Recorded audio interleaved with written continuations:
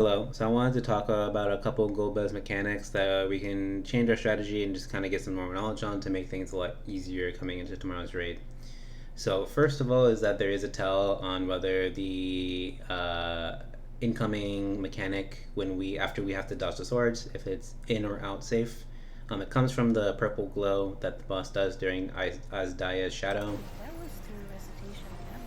So we can see here. Hit the heart. You see that there's this radiating purple stuff happening right here, pretty easy to tell. This is showing that, the purple is bad and we need to be in the center. To show the mechanic happening in a second, you can see that this is the coming sword dodges. God damn it. And it happens to be where we need to be in. You can see the safe circle for in is the small circle inside the boss, basically the boss's hitbox. In contrast with the other one, which we had most of our pulls show afterwards. You're in our stat.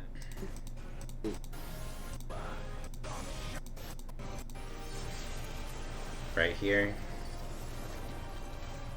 you'll be able to see. Oh, we just missed it. So right here, you'll see Azdaya's shadow, and you can see instead. It's just a small pulsating thing close to Golbez, meaning that will need to be out. And you'll see out. And out. And so we'll just show it here. Here's a sword dodge. Dodge and be ready to play the game. And out. And you see that the circle AoE is this size. Oh, that happens fast. And so that's number one. And number two is going to talk how we handle the sword dodges. So right now, how we're doing the sword dodges looks similar to, you're just going to see like some arrows to help kind of demonstrate.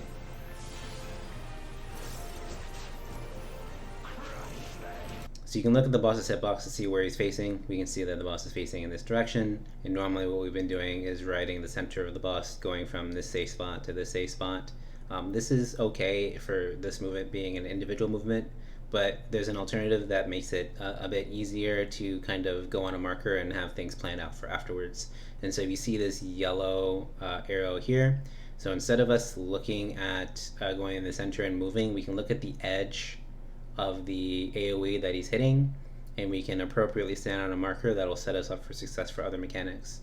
So in this particular instance, it's going to be that we need to be out. So standing at C is always going to make it that we're safe for out because it's past the AoE circle. Obviously, if the marker is properly positioned, then that's how it is.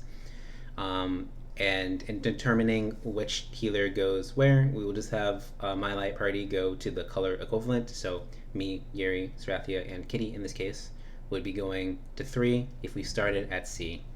And if we started at A instead, we would go to 1. And Aoi's group would stay at C, being Aoi, Vist, Zayla, and Nomura. This poll does not demonstrate us doing this properly, so just be aware where you see. Play the game. You can see the visual. We would just be on the left side of C. We move to the right side of C, and we'd be safe. And since we know whether we need to stack in or out, we would know whether we need to go to stay at those spots on the out, or if we would need to move into the center. That's the main thing that we can improve on this boss just from looking at strategy changes. There's a couple other things, like at the very beginning here. You can see this is when we had the partner stuff. Oh, this is okay. This is Dodge into the first circle. Oh. Dodge how you dodge this on normal mode. Oh no! Wait. We will do. Not like this. But since it always goes on DPS here, you can see it's on Vist, Srathia, Nomura, and me. We'll just have partners being your color equivalent. So I'm with Yuri, Nomura's with Zayla, Vist is with Aoi, and in this case, Kitty is with Srathia. And so after all these explosions happen, you would just move to your cardinal color equivalent. So I would go to D here because my normal thing is 4, but it's purple, and D is purple, so I go to D, here you go to D, and we'd have that taken care of.